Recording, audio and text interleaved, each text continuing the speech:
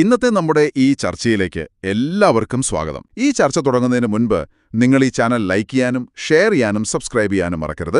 നിങ്ങളുടെ പിന്തുണ ഞങ്ങൾക്ക് വളരെ പ്രധാനപ്പെട്ടതാണ്. അപ്പോൾ ശരി, നമുക്ക് വിഷയത്തിലേക്ക് കടക്കാം. അതല്ലേ അള്ളഹാനോട് ചോദിക്കേണ്ട ജിന്നോട് ചോദിച്ചു. അപ്പോൾ അവിടെ ചോദിച്ച വിഷയം എന്താണ്? വിജനമായ സ്ഥലത്ത് എത്തി. അവിടെ ഒരു ജിന്നുണ്ട് തോന്നി. ജിന്നെ, നിനക്ക് എന്നെ സഹായിക്കാൻ കഴിയുമെങ്കിൽ, നീ എന്നെ കാണുന്നുണ്ടെങ്കിൽ നീ എന്നെ സഹായിക്കണേന്നാണല്ലോ ഇപ്പൊ ചോദിക്കുന്നത്.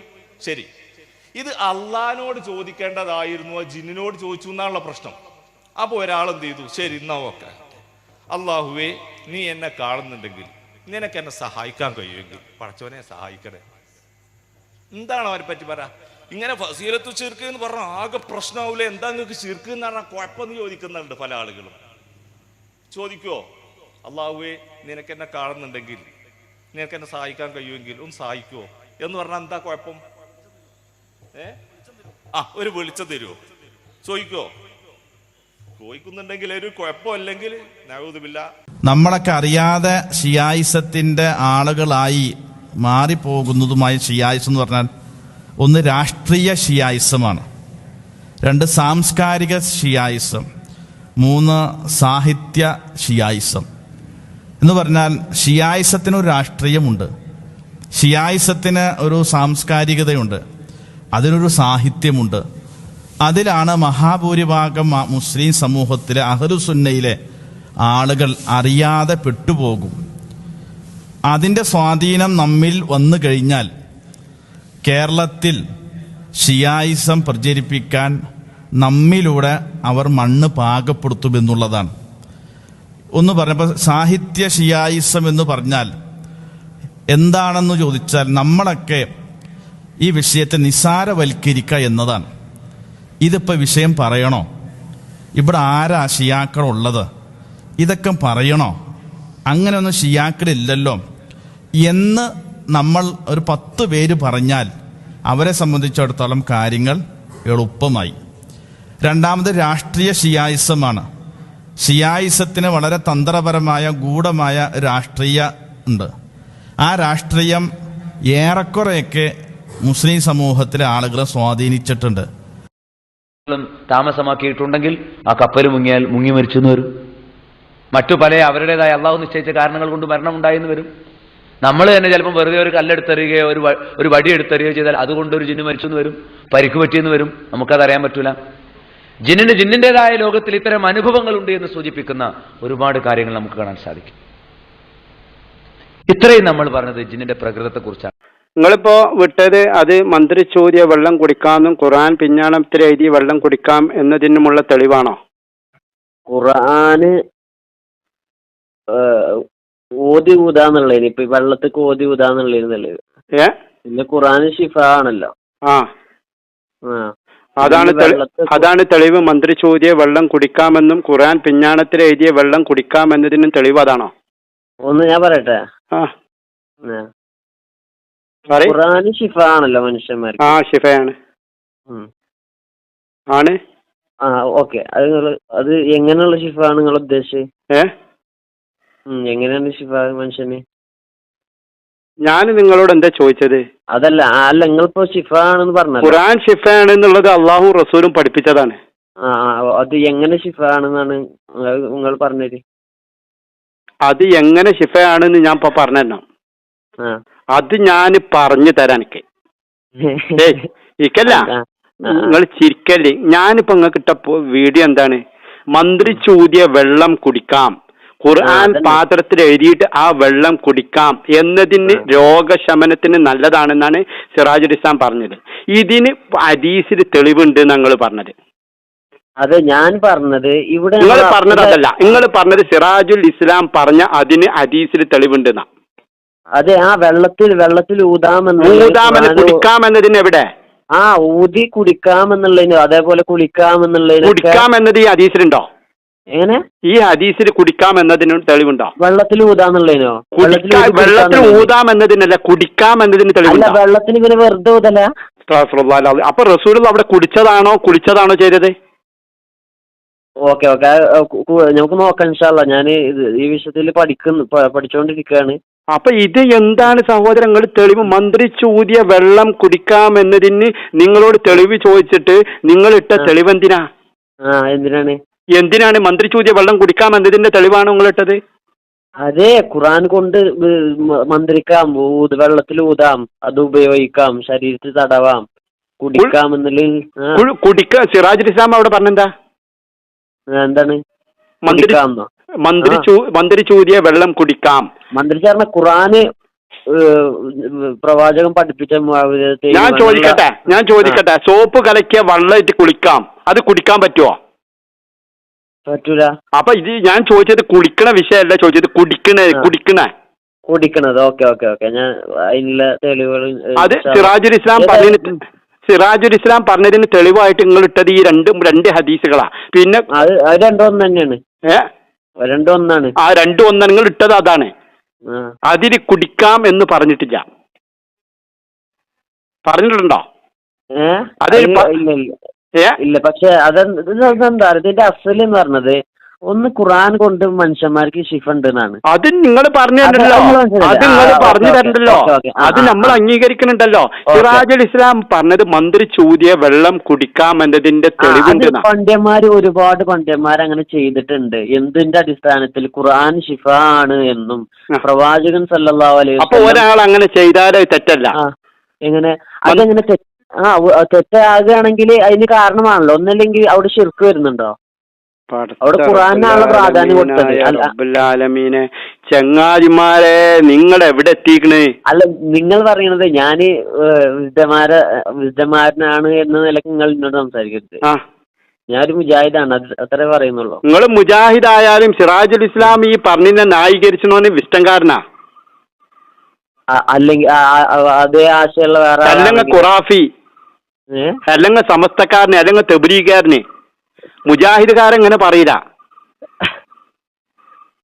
എന്നാ ഞാൻ ഇത് ലജ്നത്ത് ദായിമിന്റെ പണ്ഡിതന്മാരൊക്കെ പറയുന്നത് ഇതേ ആശയമാണ്. എന്തിന് ചങ്ങായി ലജ്നത്ത് ദായിമ? ഇമാം ഷാഫി റഹ്മത്തുള്ളാഹി അലൈഹി സുബൈലെ കുനൂത്ത് സുന്നത്താണ് എന്ന് പറഞ്ഞ പണ്ഡിതനാ. എന്താ നമ്മൾ എടുക്കാത്തത്? അല്ല, ലജ്നത്ത് ദായിമ പറഞ്ഞ ഈ സൗദി അറേബ്യയിൽ അതേനെ പറഞ്ഞ ലജ്നത്തിനെ ദായിമിലെ പണ്ഡിതനേക്കാളും എത്രയോ 10 മടങ്ങ് ഉയരമുള്ള പണ്ഡിതനാണ് ഇമാം ഷാഫി. ഈ ഇമാം ഷാഫി പറഞ്ഞത് എന്താ?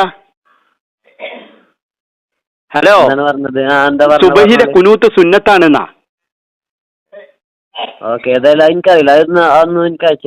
സുബഹിലെ നിങ്ങൾ അന്വേഷിച്ച് നോക്കി, നിങ്ങൾക്ക് അന്വേഷിച്ച് നിങ്ങൾ കണ്ടെത്താൻ കിട്ടിയല്ലോ.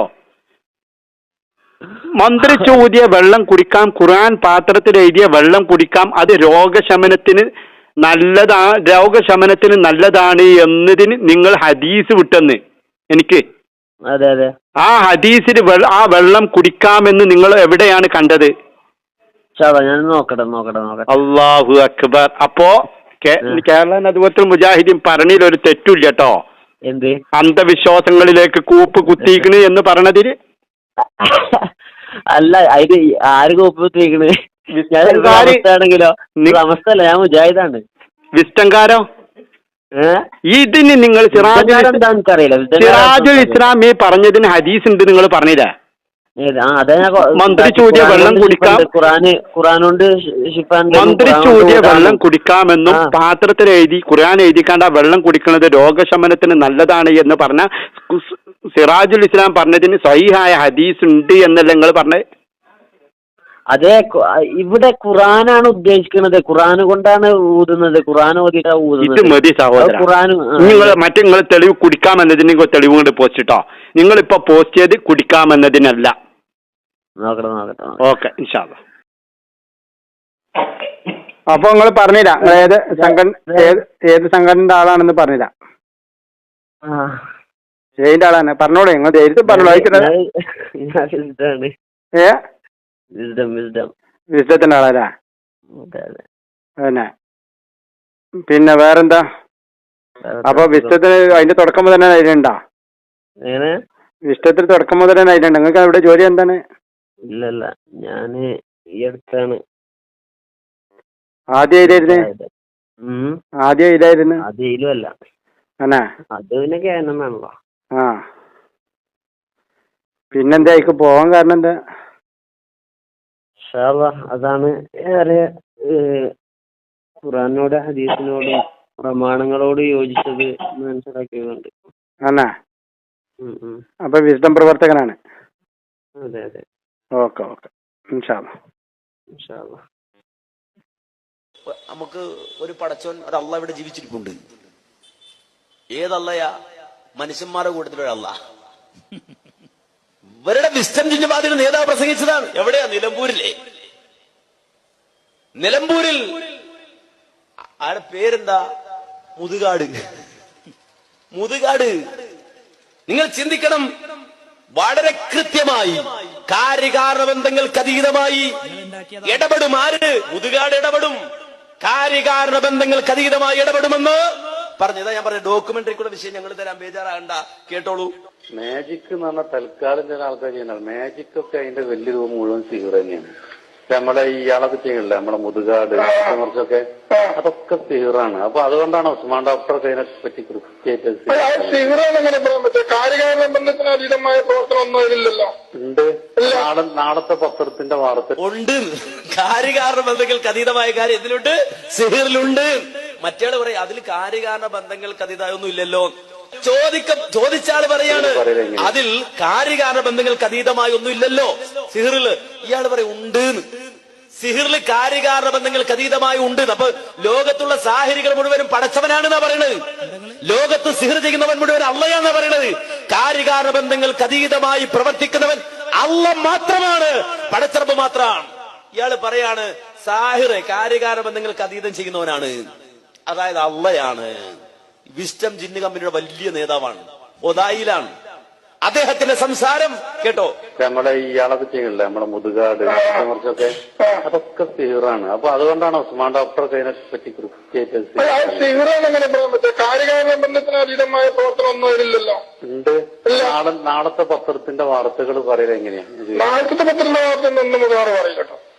അല്ല പറഞ്ഞല്ലോ, 7 പത്രങ്ങളുടെ ശേഷം വരുന്ന 7 പത്രങ്ങളുടെ അടുത്ത് ഒരു കൊല്ലം കൂടി ആയിട്ടില്ലേ, മഞ്ചേരി നടന്നല്ലേ, ആ 7 പത്രങ്ങളുടെ ഹെഡിങ്ങൾ തലേന്ന് പറയാം. എങ്ങനെ കിട്ടുക? അയാളെ ചെങ്ങലക്കിട്ട് ബന്ധിച്ച് റൂമിൽ അടിച്ചു. അതൊക്കെ ടെക്നിക്കാണ്. ആ ടെക്നിക്കൊന്നുമല്ല, ടെക്നിക്കൊന്നല്ല, കാര്യകാരണ ബന്ധങ്ങൾക്ക് അതീതമായുള്ള പ്രവർത്തനമാണ്. ആ ടെക്നിക്ക് എങ്ങനെയാ? അത് കാര്യകാരണ ബന്ധങ്ങൾക്ക് അതീതമായ പ്രവർത്തനമാണ്. വിസ്ഡം ജിന്നവാദിയുടെ നേതാവ് എത്ര പടച്ചവരുണ്ട് കേരളത്തിൽ? സാമ്രാട്ട് ചെയ്യൂല ഇത്, മജീഷ്യൻ സാമ്രാട്ട് ചെയ്യൂല ഇത്, മുതുകാട് ചെയ്യൂല ഇത്.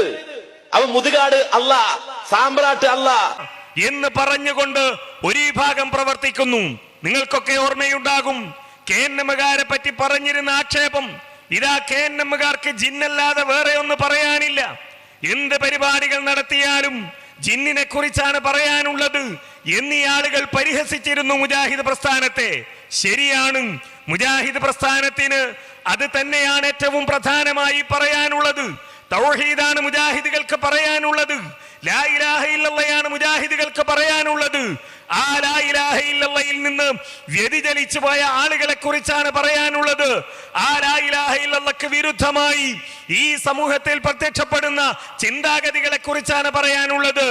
ആ ചിന്താഗതികളിൽ ഒന്നാണ് ഈ ജിന്നുവാദം എന്നതുകൊണ്ട് മുജാഹിദുകൾ അതിനെ എതിർത്തിട്ടുണ്ട്. ഞാൻ പറഞ്ഞത്, എന്നാൽ മുജാഹിദുകൾക്കെതിരെ ഈ ആക്ഷേപങ്ങളും പരിഹാസങ്ങളും ഒക്കെ ഉന്നയിച്ച ആളുകൾ ഇന്ന് രാവിലെ മുതൽ കോഴിക്കോട് അവരുടെ സംഘടനയുടെ ഏറ്റവും പ്രധാനപ്പെട്ട പ്രവർത്തകന്മാരെ മുഴുവൻ വിളിച്ചു ചേർത്തിരിക്കുന്നു. രാവിലെ 9 മണി മുതൽ ഈ വൈകുന്നേരം വരെ അവർക്ക് പറയാനുള്ളത് ജിന്നിനെ കുറിച്ച് മാത്രമാണ്, വേറെ ഒന്നിനെ കുറിച്ചും പറയാനില്ല. ആലോചിച്ചു നോക്കൂ നിങ്ങൾ, കേരളത്തിൽ സലഫിയത്തിന്റെ പിൻഗാമികൾ എന്ന് അവകാശപ്പെടുന്ന ലോക സലഫി പണ്ഡിതന്മാരുടെ പിന്മുറക്കാരാണ് തങ്ങളെന്ന് അവകാശപ്പെടുന്ന, അവരുടെ മാർഗത്തിലൂടെ മുന്നോട്ട് പോകുന്നവരാണ് ഞങ്ങൾ എന്ന് അവകാശപ്പെടുന്ന ഒരു വിഭാഗം ആളുകൾ ഒരു ദിവസം രാവിലെ മുതൽ വൈകുന്നേരം വരെ തങ്ങളുടെ പ്രവർത്തകന്മാരെ വിളിച്ചുകൂട്ടി അവരെ ബോധ്യപ്പെടുത്താൻ ശ്രമിക്കുന്ന ആശയം എന്താണ്? പുഴയിലൂടെ ഒഴുകിപ്പോകുന്ന മനുഷ്യൻ അവിടെ ഒരു ജിന്നുണ്ട് എന്ന് വിചാരിച്ച് ആ ജിന്നിനോട് വിളിച്ചു തേടിയാൽ ശിർക്കാവുകയില്ല എന്ന വാദം, അതാണ് ഇസ്ലാം. രാത്രിയുടെ ഇരുളിൽ തപ്പിത്തടഞ്ഞു നടക്കുന്ന ഒരു മനുഷ്യൻ, വെളിച്ചമില്ലാതെ പ്രയാസപ്പെടുന്ന ഒരു മനുഷ്യൻ, ആ പ്രതിസന്ധിയിൽ അകപ്പെടുന്ന ഒരു മനുഷ്യൻ ഒരു ശബ്ദം കേൾക്കുമ്പോ ആ ശബ്ദം ജിന്നിൻ്റെതാണ് എന്ന് വിശ്വസിച്ച് അതിനോട് സഹായം തേടിയാൽ അത് ശിർക്കാവുകയില്ല എന്ന വാദമാണ് ഇസ്ലാം എന്ന് പഠിപ്പിക്കാൻ വേണ്ടി ഒരു ദിവസം മുഴുവൻ നീണ്ടു നിൽക്കുന്ന സമ്മേളനം നടത്തേണ്ട ദുരവസ്ഥയിലേക്ക് ഈ ആളുകൾ എത്തിച്ചേർന്നു. തെറ്റിച്ചു. തൗഹീദ് മനസ്സിലായിട്ടില്ല. ആർക്ക്? അതാ സമസ്തക്കാർ ചോദിക്കുന്നുണ്ട്, സാധാരണ മുജാഹിദ് പ്രവർത്തകർക്ക് തൗഹീദ് മനസ്സിലായില്ല എന്ന് പറഞ്ഞാൽ മനസ്സിലാക്കാം. ഒരു നൂറ്റാണ്ട് പിന്നിട്ടു എന്ന് പറയുന്ന മുജാഹിദ് പ്രസ്ഥാനത്തിൽ അതിനുവേണ്ടി ഇത്ര കാലം വാദപ്രതിവാദം നടത്തിയും ഖണ്ഡന മണ്ഡനം നടത്തിയും തൗഹീദിനു വേണ്ടി ഒരുപാട് പ്രസംഗിക്കുകയും ചെയ്ത ആളുകൾക്ക് തൗഹീദ് തെറ്റി, അവർക്ക് തൗഹീദ് മനസ്സിലായിട്ടില്ല. പിന്നെ ഞാൻ ആളെ കിട്ടുമതിന് ആരെങ്കിലും ഇതിന്റെ ഒപ്പം നിൽക്കുഞ്ഞി വിശ്വസിക്കോ? നമ്മളെ ഇത്ര കാലം പറഞ്ഞൊക്കെ തെറ്റായിരുന്നു, 2012 വരെ പറഞ്ഞൊക്കെ തെറ്റായിരുന്നു എന്ന് പറഞ്ഞിട്ട് കുംഭസേറ്റ് ഒറ്റം പോയി കരഞ്ഞോലോ. ജാമ്യ പോയിട്ട് കരഞ്ഞിട്ട് സീഡി ഇറക്കി. ഒരുത്തൻ കന്നല മിഞ്ഞാന്ന് കയറുന്ന ഒരുത്തൻ കരഞ്ഞിട്ട് കാര്യമുണ്ടോ? AP കരയട്ടെ, TP കരയട്ടെ, മദനി കരയട്ടെ, സമ്മേളനം വിളിച്ചിട്ട് ഒന്നായിട്ട് കൂട്ടക്കരച്ചിൽ കരയട്ടെ, തിരുത്തിയിട്ട് എല്ലാ ബുക്കും പിൻവലിക്കട്ടെ, എല്ലാ സീഡിയും പിൻവലിക്കട്ടെ. അതല്ലേ വേണ്ടത്? പറയാൻ കൊള്ളൂ. ഇത് 2012 വരെ പറഞ്ഞ തൗഹീദൊക്കെ തെറ്റായിരുന്നു. നിങ്ങൾ ആലോചിച്ച് നോക്കൂ. അതുകൊണ്ട് സലഫിയത്തിലേക്ക് നമ്മളെല്ലാം പോക്കാണ്. ഇവിടെ സംഭവിച്ച എന്താന്ന് നിങ്ങളെ, ഇവിടെ കുറെ പേരിന് മാത്രമുള്ള മുജാഹിദീങ്ങളുണ്ട്. ഞാനും മുജാഹിദ് ജീവിതത്തിൽ ഒന്നും ഉണ്ടാവില്ല. ഓനായിരിക്കും അവിടുത്തെ മുജാഹിദിന്റെ എല്ലാം. അത്തരം ആളുകൾക്ക് കഴിഞ്ഞ 10 കൊല്ലായിട്ട് റോളില്ല. ഇപ്പൊ വീണ്ടും റോള് വന്നു. നമ്മളൊക്കെ അടിച്ചു പുറത്താക്കിയിട്ട് സർവ്വത് അമ്പാടിയും താത്തോന്നിയും തട്ടിപ്പേരും ഒക്കെ കയറി കൂടിയല്ലോ. ഇങ്ങനെ പച്ചക്ക് പറഞ്ഞിട്ട് മനുഷ്യന്മാരെ ചൂഷണം ചെയ്താലും അതിന് പോലും നിന്നുകൊടുക്കുന്ന, ഏത് ചൂഷണത്തിനും വിധേയമാകുന്ന പ്രതികരണ ശേഷിയില്ലാത്ത ഒരു ഉമ്മത്തായ സഹോദരങ്ങളെ നമ്മൾ എങ്ങനെ അധപതിച്ചു? ഇതല്ല ഇസ്ലാം. വിശുദ്ധ ഖുർആനെ പഠിക്കുക, ഹദീസുകളെ പഠിക്കുക, ദീനെ പഠിക്കുക, പടച്ച റബ്ബിനെ അറിയുക. അത് മാത്രമാണ് രക്ഷപ്പെടാനുള്ള മാർഗം. മനുഷ്യന്മാരെ റബ്ബിലേക്ക് അടുപ്പിക്കുവാനാണ് അല്ലാഹു തആല ഈ ദീൻ അവതരിപ്പിച്ചത്. അല്ലാതെ ഇനി വെച്ചിട്ട് പൈസ ഉണ്ടാക്കാനും ഇനി വിറ്റ് മനുഷ്യന്മാരെ ചൂഷണം ചെയ്യാനും ഇതിനെ പേര് കുറെ മനുഷ്യന്മാർക്ക് ജീവിച്ചു പോകാനുമല്ല. ഇതാണ് ഇതിനൊക്കെ പിന്നിലുള്ളത്. അപ്പൊ സഹോദരന്മാരെ, അതൊന്നുമല്ല മതം. ഇതൊക്കെ കച്ചവടത്തിന് വേണ്ടി പൈസ ഉണ്ടാക്കാൻ വേണ്ടി തട്ടിപ്പുമായി ഇറങ്ങിയ തട്ടിപ്പന്മാരാണ് എന്ന് മനസ്സിലാക്കുക. അത് നാം ഗൗരവമായി കാണേണ്ടതുണ്ട്. അതിനുള്ള പരിഹാരം ദീനു പഠിക്കലാണ്. നമ്മൾ പഠിക്കാൻ തയ്യാറല്ല. ഖുർആൻ ഓലാൻ തന്നെ മര്യാദക്ക് അറിയില്ല, അർത്ഥം ഏതാനും പഠിച്ചിട്ടില്ല, ഹദീസ് എന്താണെന്ന് പോലും അറിയില്ല. ഇതാണ് നമ്മുടെ അവസ്ഥ. അവിടുന്ന് മാറണം. പടച്ച റബ്ബിനോട് മനസ്സറിഞ്ഞ് പ്രാർത്ഥിക്കുക. റബ്ബേ, എന്താണോ ശരി ആ ശരി നീ അറിയിക്കണേ, ആ ശരിയിലേക്ക് നീ എനിക്ക് വഴി കാണിക്കണേ എന്ന് ആത്മാർത്ഥമായി പ്രാർത്ഥിക്കാൻ പറ്റണം. കാരണം സ്വർഗം പ്രധാനമാണ്, നരകം ഗൗരവമാണ്. ദുനിയാവിലെ ജീവിതം ഒന്നേയുള്ളൂ.